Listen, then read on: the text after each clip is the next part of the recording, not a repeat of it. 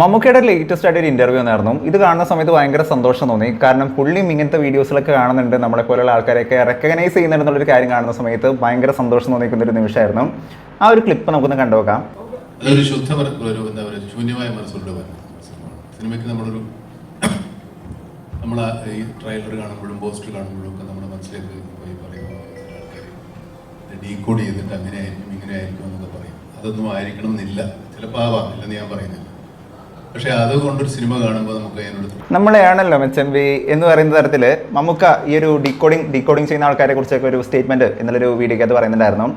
ശരിക്കും എനിക്ക് ഇത് കേൾക്കുന്ന സമയത്ത് ഭയങ്കര സന്തോഷം തോന്നി. കാരണം എന്താ നോക്കുകയാണെന്നുണ്ടെങ്കിൽ യാതൊരു എക്സ്പെക്ടേഷൻ വെക്കാണ്ട് നമ്മൾ പോയി കാണേണ്ട ഒരു സിനിമയാണ് ബ്രഹ്മയുഗം എന്നുള്ളൊരു കാര്യമാണ് പുള്ളിക്കാരൻ പറയുന്നത്. ബേസിക്കലി ഡീകോഡിംഗ് എന്ന് പറയുന്നത് അത്രയും വലിയൊരു പ്രശ്നമാണോ എന്നുള്ളൊരു കാര്യം ചോദിക്കുകയാണെന്നുണ്ടെങ്കിൽ എൻ്റെ ഒരു അഭിപ്രായത്തിൽ ഞാൻ പറയുന്നൊരു കാര്യം, ഇന്ന് മലയാളത്തിലാണ് നമ്മളിപ്പോൾ ഡീകോഡിംഗ് ഏറ്റവും കൂടുതൽ കാണുന്നത്. പക്ഷേ ഇതിന് മുമ്പേ തന്നെ ഇംഗ്ലീഷ് ചാനൽസിലും ഹിന്ദി ചാനൽസിലൊക്കെ ഏറ്റവും അടിപൊളിയായിട്ട് പോയിക്കുന്ന ഒരു സംഭവമാണ് ഡീകോഡിംഗ്. അവിടുത്തെ സിനിമകൾ ഏറ്റവും നന്നായിട്ട് ഹിറ്റ് അയക്കുന്നതിൻ്റെ റീസൺസുകൾ ഇപ്പോൾ എല്ലാവർക്കും കണക്ട് ചെയ്യാൻ പറ്റുന്ന ഒരു സിനിമയുടെ ഒരു കോൺസെപ്റ്റ് നമ്മൾ നോക്കുകയാണെന്നുണ്ടെങ്കിൽ, ലിയോ എന്ന് പറയുന്ന ഒരു മൂവിയാണ് നമ്മൾ നോക്കുകയാണെന്നുണ്ടെങ്കിൽ പല ഹിഡൻ ഡീറ്റെയിലുകളും ഈ സിനിമയ്ക്കകത്ത് ഉണ്ടെന്നുള്ളൊരു കാര്യം സിനിമയുടെ ടീസേഴ്സും പോസ്റ്റേഴ്സൊക്കെ ഡീകോഡ് ചെയ്യുന്ന സമയത്താണ് ആൾക്കാർക്ക് മനസ്സിലാക്കുന്നത്. ഇപ്പോൾ ഒരു എക്സാമ്പിൾ പറയുകയാണെന്നുണ്ടെങ്കിൽ വിക്രം സിനിമ ഇറങ്ങിയേക്കുന്ന സമയത്ത് അത് ചുമ്മാ പോയി കണ്ടേക്കുന്ന ആൾക്കാർ അവിടെ ഉണ്ടായിട്ടുണ്ട്. അതിനുശേഷം പിന്നീട് ഡീകോഡിംഗ് വീഡിയോസിൽ വന്നതിന് ശേഷമാണ് ഇതിനകത്ത് ഇങ്ങനെയൊക്കെ കണക്റ്റുകളുണ്ടോ, ആനിമൽസിൻ്റെ റെഫറൻസ് ഉണ്ടോ, സിംഹം, പുലി, ഇങ്ങനെ കുറേ റെഫറൻസുകൾ, റോളക്സിൻ്റെ റെഫറൻസ്, എന്തുകൊണ്ടാണ് അയാളുടെ ടാറ്റു, ഇങ്ങനെ കുറേ കാര്യങ്ങൾ പറയുന്ന സമയത്താണ് സത്യത്തിൽ ഇതിന് ഇങ്ങനെയൊക്കെ കുറേ കണക്ഷൻസ് ഉണ്ടെന്നുള്ളൊരു കാര്യം വ്യൂവേഴ്സിൻ്റെ പെർസ്പെക്റ്റീവിൽ നിന്ന് നമുക്ക് മനസ്സിലാവുന്നത്. ഈ അടുത്ത കാലത്ത് ഞാൻ കണ്ടൊരു സിനിമയായിരുന്നു സപ്താസാഗർ എന്ന് പറയുന്നൊരു സിനിമ. ഒരു കന്നഡ മൂവിയാണ്. ഈ പടത്തിനകത്ത് ഇതിൻ്റെ ഡയറക്ടർ പറയുന്നൊരു കാര്യമുണ്ട്. ഈ സിനിമയ്ക്കകത്ത് വരുന്ന നായകനും കൂടിയിട്ട് സ്ഥലത്ത് നിൽക്കുന്ന സമയത്ത് അവരുടെ ബാക്കിൽ കുറേ ക്ലോക്കുകൾ ഇരിക്കുന്നതായിരുന്നു കാണാൻ പറ്റും. ഈ ക്ലോക്കുകളുടെ ഒരു പ്രത്യേകത എന്താണെന്ന് നോക്കുകയാണെന്നുണ്ടെങ്കിൽ ഈ നായകയുടെ സൈഡിലുള്ള ക്ലോക്കുകൾ ആക്ച്വലി കറങ്ങിക്കൊണ്ടിരിക്കുകയാണ്. നായകൻ്റെ സൈഡിലുള്ള ക്ലോക്ക് എന്ന് പറയുന്നത് കറങ്ങാതെ ഇങ്ങനെ ഇരിക്കുകയാണ്.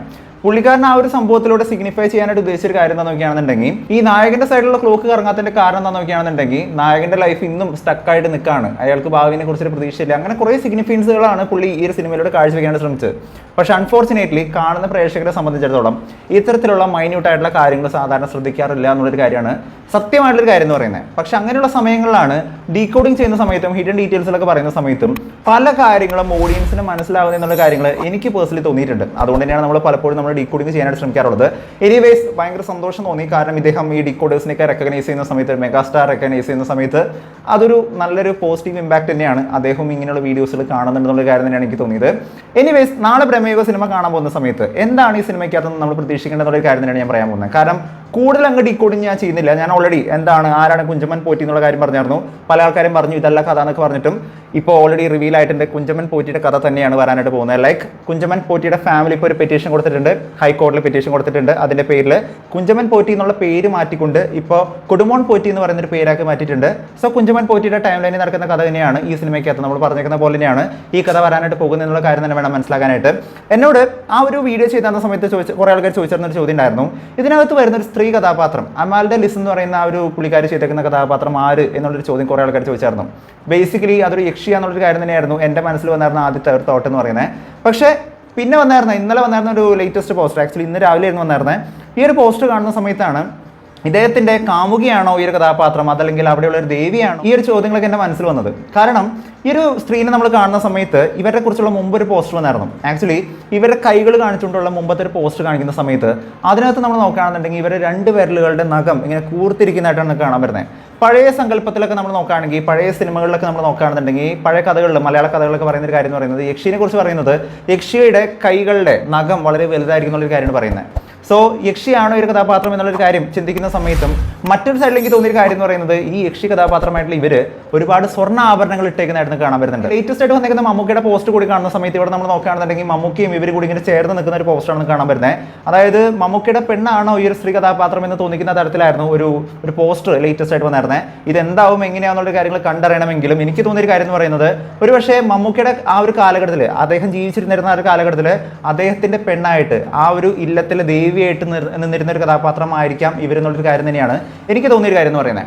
എനിവേസ് എല്ലാ പോസ്റ്റേഴ്സുകളും ഒന്നിനൊന്നും മികച്ച ഒരു പോസ്റ്റേഴ്സ് തന്നെയായിരുന്നു. ഭയങ്കരമായിട്ടുള്ള സംഭവങ്ങളുള്ള പോസ്റ്റേഴ്സ് ഞാൻ പറയില്ല. പക്ഷേ എന്താണ് ഈ ഒരു കഥയിലൂടെ റിവീൽ ചെയ്യാനായിട്ട് പോകുന്ന എലമെന്റ്സ് എന്നുള്ള കാര്യങ്ങൾ എടുത്തു കാണിക്കുന്ന ഒരുപാട് പോസ്റ്റേഴ്സുകളായിരുന്നു കൂടെ കാണാൻ പറ്റിയിരുന്നത്. എനിവേസ് ഈ ഒരു സിനിമയെ കുറിച്ചുള്ള എൻ്റെ ഒരു ഓവറോൾ എക്സ്പെക്ടേഷൻ, നാളെ ഈ ഒരു സിനിമ കാണാൻ പോകുന്ന സമയത്ത് എന്താണ് ഈ സിനിമയിൽ നിന്നും എക്സ്പെക്ട് ചെയ്യേണ്ടത് എന്നുള്ളൊരു കാര്യം ചോദിക്കുകയാണെന്നുണ്ടെങ്കിൽ എൻ്റെ ഒരു കാഴ്ചപ്പാടിൽ ഞാൻ പറയുകയാണെന്നുണ്ടെങ്കിൽ ഒരു 1980s കാലഘട്ടത്തിൽ നടക്കുന്ന ഒരു കഥയായതുകൊണ്ടും 3 പേര് മാത്രമുള്ള ഒരു കഥയായതുകൊണ്ട് തന്നെ എല്ലാവർക്കും ഇഷ്ടപ്പെടുന്ന ഒരു കഥയാണെന്നുള്ളൊരു കാര്യം നമുക്ക് പറയാനായിട്ട് പറ്റില്ല. കാരണം ഒരു ബ്ലാക്ക് ആൻഡ് വൈറ്റ് വരുന്ന ഒരു സിനിമയാണ്, ഒരു എക്സ്പെരിമെൻ്റൽ സിനിമയാണ്. നമ്മൾ ഈ കഥയെക്കുറിച്ച് ഒരുപാട് നിഗമനങ്ങളൊക്കെ വെച്ചുകൊണ്ട് പോയാലും ഇല്ലെങ്കിൽ ശരി, ഈ കഥയ്ക്കകത്ത് ഒരുപാട് ലാഗ് വരാനായിട്ടുള്ള ചാൻസ് വളരെ കൂടുതലാണെന്നുള്ള കാര്യം തന്നെയാണ് എനിക്ക് തോന്നുന്നത്. എന്ന് വെച്ച് ഇതൊരു നെഗറ്റീവായിട്ട് ഞാൻ പറയുന്നതല്ല. ഇതെല്ലാം പ്രതീക്ഷിച്ചുകൊണ്ട് നമ്മൾ പോകുകയാണെന്നുണ്ടെങ്കിൽ ത്രൂ ഔട്ട് ഒരു എൻഗേജ്മെന്റ് എന്ന് പറയുന്ന ഒരു ഫാക്ടർ ഉണ്ടെങ്കിൽ അത് വളരെ ഇമ്പോർട്ടൻ്റ് ആയിട്ടുള്ള ഒരു പോയിന്റ് ആണ്. കാരണം ഏതൊരു സിനിമ ഇറങ്ങുന്ന സമയത്ത് ലാഗ് ഉണ്ടായാലും എൻഗേജ്മെന്റ് എന്ന് പറയുന്നത് വേറൊരു കേസാണ്. ഇപ്പോൾ ഒരു എക്സാമ്പിൾ പറയുകയാണെന്നുണ്ടെങ്കിൽ ടുംബഡ് എന്ന് പറയുന്ന ഒരു സിനിമ, ആക്ച്വലി ഈ ഒരു സിനിമ കാണുന്ന സമയത്ത് പല ആൾക്കാർക്ക് ഓർമ്മ നിൽക്കുന്ന ഒരു സിനിമയായിരിക്കും. നെറ്റ്ഫ്ലിക്സിനകത്ത് ഒരു സിനിമ ഒന്ന് കിടക്കുന്നുണ്ട്. ഈ സിനിമ കാണുന്ന സമയത്ത് അതിൻ്റെ പ്രത്യേകത എന്താണെന്ന് നോക്കുകയാണെന്നുണ്ടെങ്കിൽ ഫസ്റ്റ് മുതൽ നമ്മൾ നോക്കുകയാണെന്നുണ്ടെങ്കിൽ കുറേ സ്ഥലങ്ങളിൽ നമുക്ക് ഭയങ്കരമായിട്ടുള്ള ലാഗ് മറ്റും കാണാൻ പറ്റും.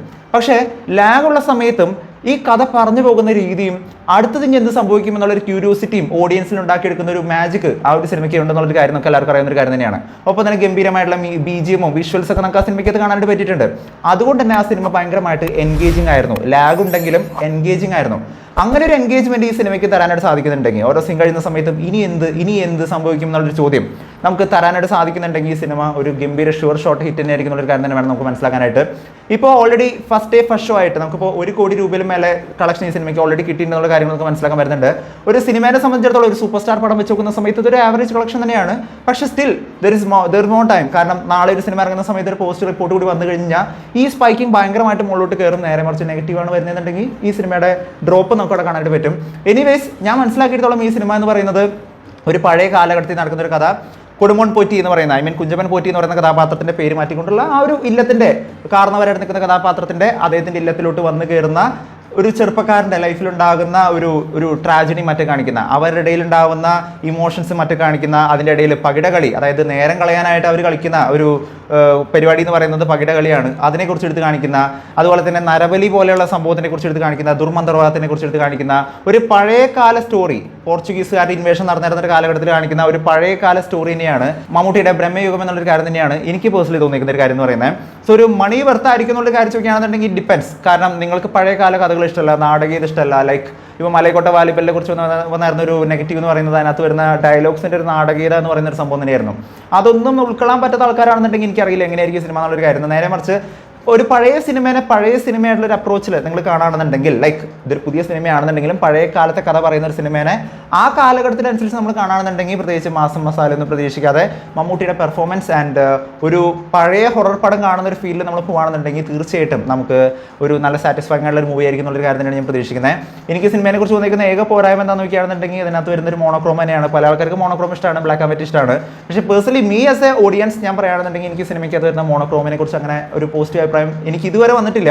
കാരണം ഒരു കളർ വരുന്ന സമയത്ത് തന്നെയാണ് അതിന് ഒരു ലൈഫ് ഉള്ളൂ എന്നുള്ള കാര്യമാണ് ഞാൻ വിശ്വസിക്കുന്നത്. കാരണം ഒരു സാധനം നമ്മൾ കാണുന്ന സമയത്ത് ഓരോ വിഷ്വൽസ് കാണുന്ന സമയത്തും അതിനകത്തുള്ള ഡ്രസ്സുകളുടെ കളറാണെങ്കിലും ആ വ്യക്തികളുടെ കളർ ടോൺ ആണെങ്കിലും ആ ഒരു അന്തരീക്ഷം കാണുന്ന സമയത്ത് തന്നെയാണ് നമുക്കതൊരു പൂർണ്ണമായിട്ടുള്ള സാറ്റിസ്ഫാക്ഷൻ കിട്ടാമെന്നാണ് ഞാൻ വിശ്വസിക്കുന്നത്.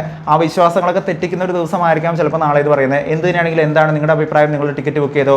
ബ്രഹ്മയുഗം എന്ന് പറയുന്ന സിനിമയെ കുറിച്ചുള്ള നിങ്ങളുടെ വിശ്വാസം എന്താണ്? ലൈക്ക് മമ്മൂക്ക പറഞ്ഞിരിക്കുന്ന പോലെ ശൂന്യമായുള്ള പ്രതീക്ഷയോട് കൂടി പോകുന്ന സമയത്ത് എന്താണ് നിങ്ങൾ പ്രതീക്ഷിക്കുന്നത് എന്നുള്ള കാര്യങ്ങൾ നിങ്ങൾ താഴെ നിന്ന് കമന്റ് ചെയ്യുക.